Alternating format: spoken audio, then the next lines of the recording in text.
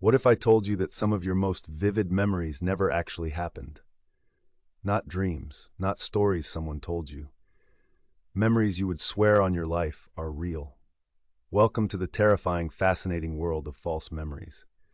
Your brain is not a camera. It never was. Every single time you remember something, you are not playing back a recording.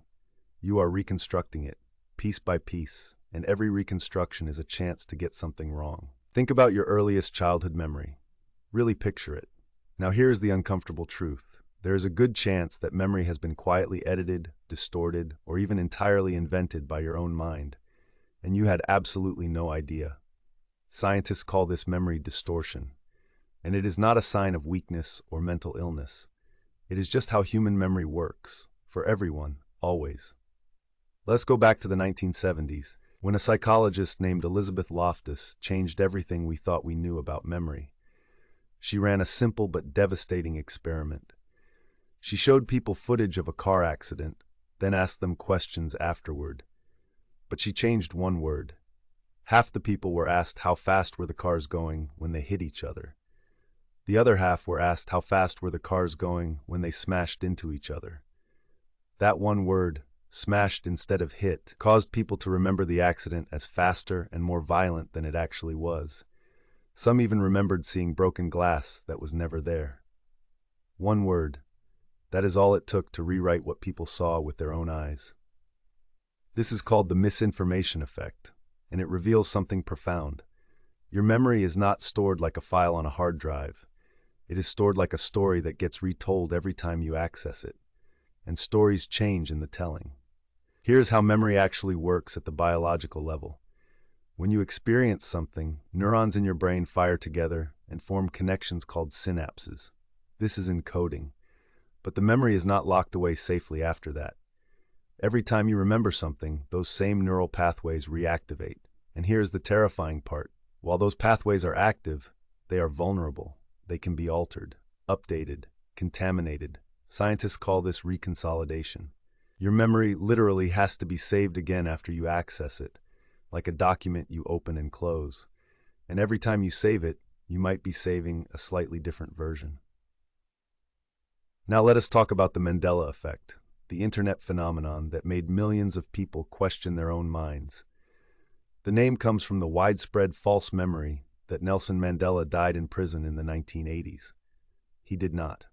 He was released in 1990, became president of South Africa, and died in 2013. Yet thousands of people clearly remember news coverage of his prison death. They remember where they were when they heard. They remember feeling sad. None of it happened. And Mandela is just the beginning. Millions of people remember the Monopoly man wearing a monocle. He never did. Millions remember the Berenstain Bears being spelled Berenstein. It was always Berenstain. Millions remember Darth Vader saying, "Luke, I am your father." The actual line is, "No, I am your father." These are not small errors. These are confident, vivid, emotionally loaded memories shared by enormous numbers of people. So what is going on? Some people online claim the Mandela Effect is proof of parallel universes, that we are all refugees from a slightly different timeline. That is a fun idea. But neuroscience has a far more unsettling explanation. These shared false memories are created by the same forces that shape all our memories: pattern completion, social influence, and the brain's obsessive need to fill in gaps. Your brain hates incomplete information. When it encounters something fuzzy or uncertain, it does not leave a blank. It fills it in using logic, expectation, and cultural context. The Monopoly man wears a top hat and a tuxedo. Of course he has a monocle. That is what rich old cartoon men look like. Your brain completed the pattern, and once it did, you remembered the monocle as if you had seen it. This is called schema-driven memory. A schema is a mental template, a set of expectations about how the world works, and your brain uses these templates to reconstruct memories faster and more efficiently. The problem is that the template sometimes overwrites the truth. Now here is where it gets even more disturbing. You can implant an entirely false memory in someone's mind, not just distort a real one, create a completely new one from nothing. Elizabeth Loftus demonstrated this in her Lost in the Mall study. She told adult participants that their family members had confirmed a story. As a child, They had gotten lost in a shopping mall and been rescued by an elderly stranger. It never happened. But roughly a quarter of participants not only believed the story, they began to elaborate on it.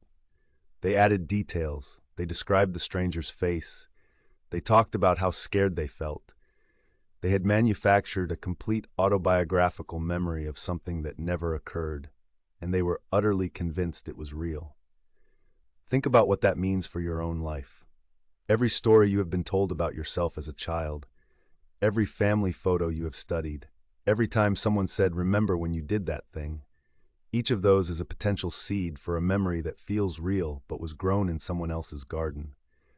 The implications go far beyond personal inconvenience.